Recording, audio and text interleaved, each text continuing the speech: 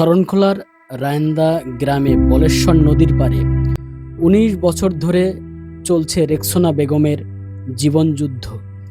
স্বামী পরিত্যক্তা এই নারী মা ও এক সন্তানকে নিয়ে বসবাস করছেন চরম অনিশ্চয়তায়। ২০০৭ সালের প্রলয়নকারী সিডরের আগে থেকেই তিনি এই নদীর পাড়ে থাকেন।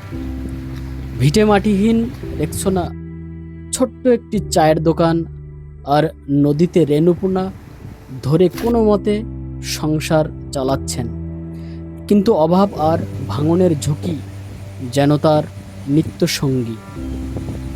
হ্যাঁ, বড় সিটারের এখানেই আমার ঘর। আমি এই জায়গা কিনে আমি এই জায়গায় বসবাস করছি, এখানে থাকি, মাছপোনা ধরি। সরকারের কাছে আমি চাই যে আমি জানি লাড়ি ছাড়িয়ে খাইয়া আমি জানি ভালোভাবে জানি একটু চলতে পারি, একটু ঘর দরজা ভাবে একটু উড়াইতে পারি, বা একটু আমার থাকার স্থান নাই, একটু স্থান যদি হয় তা আমি অনেক খুশি হই। অনেক চিন্তা যে মেয়েটাকে জানি আমি মানুষ করতে পারি। লেখাপড়ার অনেক কষ্ট হয়, হয়তো আমি প্রাইভেটে মেয়েদের দিতে পারি না। আমি কার কাছে দুইটা চামু? এই গ্রামে সবাই অভাবী, এই জন্য আমি কারো কাছে চাইতে পারি না, কিছু পাই না। শুধু একটা রেশন কার্ড, আমি বছরে 2 বার চাল পাইতেও পারি, নাও পাইতে পারি, বা 3 ফিট দিতেও পারি, না দিতে। আমার যদি আমার ইনকাম ভালো হয়, হয়তো আমি খাই দিয়ে ভালো থাকি, তাহলে আমি নিশ্চয়ই আমি এখান থেকে চলে যাব। আমার ঘর এই এই 3 বার ভাঙ্গা। আমার সামনে দিয়ে আবার ঘর, এটা আমার ভাঙতে হবে। এই যে বলক দেবে রাস্তায় শুনছি, এখন আমার ঘর ওইটা আমি কোনখানে নিমু? আমি ভাঙ্গিয়া। দীর্ঘ ১৯ বছর ধরে বলেশ্বর পাড়ের এই মানবেতর জীবন কাছ থেকে দেখেছেন স্থানীয়রা। অভাবের তাড়নায় ধুঁকতে থাকা রেক্সোনার এই করুণ দশা নিয়ে এলাকাবাসীর ভাষ্য কি, তা জানতে চেয়েছিলাম তাদের কাছে। ঝড় ধাবার বৃষ্টি, মহিলা মানুষ কষ্টে আছে, আর এই যে পোনা ধরে ব্যাপক ঝুঁকিপূর্ণতেই আছে। দেখছো না, খুব অসহায়, স্বামী থাকছেও নাই, একটু ঘর দেন না, ওই ঘরতে থাকার মতন এবং পরিবেশ নাই।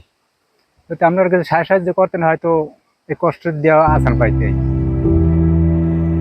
দীর্ঘদিনের মানবেতর জীবন থেকে মুক্তি পেতে রেক্সোনা বেগম এখন একটি স্থায়ী আশ্রয়ের আশায় প্রহর গুনছেন।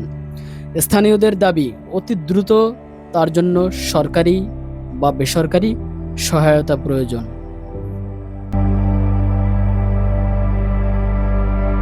তিনি মধ্যবয়সী এক নারী, নাম রেক্সোনা। এই বলেশ্বরের বেড়িবাঁধের বাইরেই থাকেন। তার একটা ছেলে ছিল, বিয়ে করার পরে আলাদা হয়ে গেছে। বর্তমানে তিনি, তার মেয়ে এবং তার মা এই বেড়িবাঁধের বাইরেই থাকেন। এবার আপনারা চিন্তা করে দেখুন কতটা ঝুঁকিপূর্ণ অবস্থায় তিনি বসবাস করছেন, এবং কর্ম হিসেবে ছোট্ট একটি চায়ের দোকান আর এই নদীতে পোনা ধরেন। আর পোনা তো সারা বছর হয় না, একটা নির্দিষ্ট সময় পর্যন্ত পোনা হয়, এরপরে আবার সেই চরম দুর্দশা বলেন বা কষ্টে বলেন, এভাবেই জীবনযাপন করেন। আর এই রেক্সোনার মতো এই বেড়িবাঁধের পাশে এরকম প্রচুর মানুষ আছে, তারা মহাজনদের কাছে ধরা এবং বিভিন্ন এনজিওর কাছে ধরা, মোটামুটি ঋণগ্রস্ত, আর এখান থেকে বের হওয়ারও কোনো উপায় নেই।